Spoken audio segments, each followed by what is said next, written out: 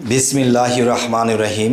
হে সমস্ত জগতবাসী, আজ আমি শামীম আলী চিশতি আপনাদের সামনে যে আলোচনাটি নিয়ে আসলাম, সে আলোচনাটি আজকে করব শামীম আলী চিশতির দরবার থেকে, বা আমাদের এই দরবার থেকে আপনাদের সামনে এই আলোচনাটি করব। সে আলোচনাটি অবশ্যই খেয়াল করে শুনবেন। দেখেন, আপনাদের সাথে এই আলোচনার ফাঁকে আমরা কিন্তু আপনাদেরকে দেখাচ্ছি যে আমাদের এই দরবারটি আপনাদের কেমন লাগে দেখবেন। তবে সামনে আমাদের চিন্তাভাবনা আছে যে আমরা মানব সেবার জন্য কিছু করব, এবং বড় কোনো দরবারের চিন্তাভাবনা আমাদের আছে। যদি আল্লাহ সাহায্য করে তবে আমরা পারব। তো আজকের যে আলোচনাটি হবে কি, কাবা সম্পর্কে কিছু আলোচনা করব। এই কাবা যে বিষয়টা, যে একটা জিনিস কি, যে বলা হয় একটি আয়াতের মধ্যে আছে যে তোমরা ইব্রাহিমের কাবাকে পরিষ্কার পরিচ্ছন্ন রাখিও, এবং তোমরা আমার কাবাকেও পরিষ্কার পরিচ্ছন্ন রাখিও। তাহলে এখানে যে কথাটি বলা হয়েছে যে তোমরা আমার কাবাকেও পবিত্র রাখিও, তাহলে বোঝা গেল ইব্রাহিম খলিলুল্লাহ যিনি, তাকে দিয়ে যে কাবাটি নির্মাণ করা হয়েছে সেটিও কিন্তু একটি কাবা। তবে আল্লাহ নিজেই যেহেতু বলেছে কোরআনে যে তোমরা ইব্রাহিমের কাবাকে পবিত্র রেখেও, আবার বলেছে আমার কাবাকেও তোমরা পবিত্র রাখিও, তাহলে বোঝা গেল আল্লাহর কাবা কোনটা আর ইব্রাহিমের কাবা কোনটা। তবে ইব্রাহিমের কাবা যেটা, এটার দিকে ফিরে সেজদা করারও আল্লাহ আইন করেছেন, এবং আল্লাহ যে বলেছে আমার কাবা, তাহলে সেই কাবার দিকেও ফিরে সেজদা করার অনুমতি রয়েছে। তবে হে সমস্ত জগতবাসী, আজকের এই কথাটি একটু তীক্ষ্ণ জ্ঞানে বুঝতে হবে, তাহলে বোঝা গেল কাবা দুই প্রকার। আচ্ছা, একটি কাবা হলো মুর্শিদ কাবা, আরও একটি কাবা হলো ইব্রাহিম খলিলুল্লাহ, তিনি মাটি দ্বারা বা বিভিন্ন আসবাবপত্র দ্বারা এই কাবাকে নির্মাণ করা হয়েছে। তো এখন আমি আপনাদের সামনে যে আলোচনাটি করব, যে একজন ব্যক্তি কাবা দর্শনে চলে যাবে, কাবার কথা মনে পড়ে গেছে, সে কাবার কাছে চলে যাবে, তাহলে সেই কাবার যে বিষয়টি, যে আল্লাহ বলতেছে দেখো আমারই এক ভক্ত, আমারই এক প্রিয় ব্যক্তি, সে আমার দিকে আসছে, আর আমার দিকে আসতে যাইয়া তার পা দুটো সামনে চলছে, তখন সে কি করবে? তখন বলতেছে যে আমি যদি এভাবে যাই, তাহলে দেখা যায় কি, যে আল্লাহর দিকে যদি আমি রওনা দেই, আল্লাহর কাবার দিকে যদি আমি রওনা দেই, তাহলে আমার পা দুটো আগে চলছে। আমার পা দুটো যদি আগে চলে, তাহলে কিন্তু আমার পাপ হবে। তখন তিনি গড়িয়ে যাইতে শুরু করলো।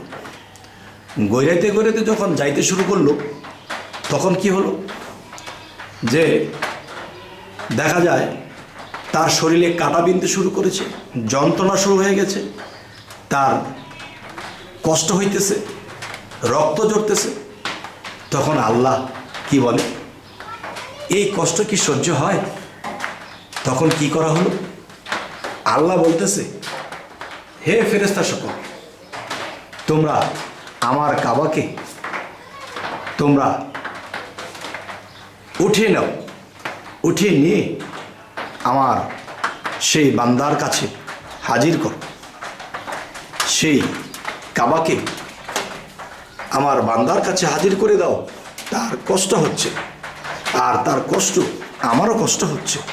তবে হে সমস্ত জগতবাসী, শেষে কি করা হলো, যে হাদিস গ্রন্থের কথাগুলো কিন্তু অস্পষ্ট, অতটা স্পষ্ট বলে না, জ্ঞানের জোরে তা বুঝে নিতে হয়। তাহলে বোঝা গেল যে সেই কাবাকে যখন উঠিয়ে নেওয়া হলো, সেই কাবাকে যখন উঠিয়ে নেওয়া হলো, তখন সেই বান্দা দেখতে পাচ্ছে, কিরে আমি কি কাবাতে চলে এসেছি, আমার সামনে কাবা চলে এসেছে। তখন সেই কাবাকে দেখে তিনি গড়াগড়ি করা বা গড় দিয়ে যাওয়া বন্ধ করলেন। তাহলে এখন কথা হলো, যেই কাবাটি, এই কাবাটি সামনে তুলে ধরা হয়েছে, বলা হচ্ছে আসলে কি এই কাবা? আল্লাহ কিন্তু বলেছে যে তোমরা ইব্রাহিমের কাবাকে পবিত্র রেখো। আবার এটাও বলা হয়েছে তোমরা আমার কাবাকেও পবিত্র রেখো। সেই কাবাটি কি? সেই কাবাটি হবে কি? মানব কাবা, যার কালবে আল্লাহ বসে। তাহলে যার কালবে আল্লাহ বসে সে কে? সে তো একজন মানুষ। সে কি সাধারণ মানুষ? না, সে কিন্তু কখনোই সাধারণ মানুষ নয়। তিনি অসাধারণ একজন মানুষ। আর সে অসাধারণ মানুষটি কে? সেই অসাধারণ মানুষটি হলো একজন আল্লাহর ওলি। সেই অসাধারণ মানুষটি আল্লাহর প্রিয় বন্ধু, যিনি আমার মুর্শিদ আরশাদুল্লাহ চিশতি। আপনারা অবশ্যই দেখতে পাচ্ছেন। তাহলে এই কাবা মানুষকে শিক্ষা দিতে পারে, উপকার করতে পারে, মানুষকে পরামর্শ দিয়ে ভালো পথে আনতে পারে। এই সেই কাবা যাকে মুর্শিদ কাবা বলা হয়েছে। আর আমি তার ছোট্ট নাবালক একজন ভক্ত। আর সেই ভক্তটি কোনো একদিন সেই আল্লাহর প্রেমে কখন যে নিখোঁজ হয়ে গেছিল, কখন যে পাগল হয়ে গেছিল, তা জানতে পারিনি, বুঝতে পারিনি। মানুষে বলেছে ছেলেটা পাগল হয়ে গেছে। তবে হে সমস্ত জগতবাসী, আমি আল্লাহর কাছে লাখো কোটি শুকরিয়া যে আমার মুর্শিদের চরণে আমি যেতে পেরেছি। আর কোরআনে সূরা কাহাফ এবং সূরা ফাতার মধ্যে বলেছে তোমরা কামেল মুর্শিদের কাছে যাও। আর এই পৃথিবীতে যার মুর্শিদ নেই সেই ব্যক্তি হলো পথভ্রষ্ট। আচ্ছা, তবে হে সমস্ত জগতবাসী, আমাদের এই দরবার আপনাদেরকে দেখানো হচ্ছে, কেমন লাগছে এবং কথাগুলো কেমন লাগছে অবশ্যই জানাবেন। আমি দরবারটা ঘুরে ঘুরে আমি আপনাদেরকে ভালো করে দেখানোর চেষ্টা করব। তবে হে সমস্ত জগতবাসী, আমি চাইছি যে এই পৃথিবীর মানুষ আল্লাহর দিকে রওনা দিক। আর একা একা যদি আল্লাহর দিকে রওনা দেওয়া হয় তাহলে কিন্তু কিছুই হবে না, কিছুই পাবে না।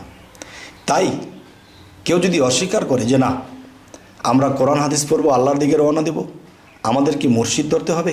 হ্যাঁ, মুর্শিদ ধরার কথা আল্লাহ বলেছে এবং সূরা কাহাফের মধ্যে আল্লাহ তার প্রমাণ দিয়েছে, সূরা ফাতার মধ্যে তার প্রমাণ দিয়েছে। যার মুর্শিদ নেই সে পথভ্রষ্ট, যে মুর্শিদকে মানে না সে পথভ্রষ্ট। তাই বলবো হে সমস্ত জগতবাসী, আজকের এই আলোচনাগুলো এই জন্যই করা হলো যে আলোচনার পাশাপাশি আপনাদেরকে দেখানো হলো আমাদের এই দরবার। কেমন লাগলো অবশ্যই বলবেন এবং আমাদের এই আলোচনা কেমন লাগলো তাও বলবেন, যাতে করে পরবর্তীতে যেন ভালো আলোচনা আপনাদেরকে এনে দিতে পারি। আমাদের চ্যানেলটিকে অবশ্যই সাবস্ক্রাইব করে রাখবেন, পরবর্তীতে যেন ভালো আলোচনা এনে দিতে পারি। যদি ফেসবুক হয় তো অবশ্যই ফলো করে রাখবেন। সকলে ভালো থাকবেন। আল্লাহ হাফিজ।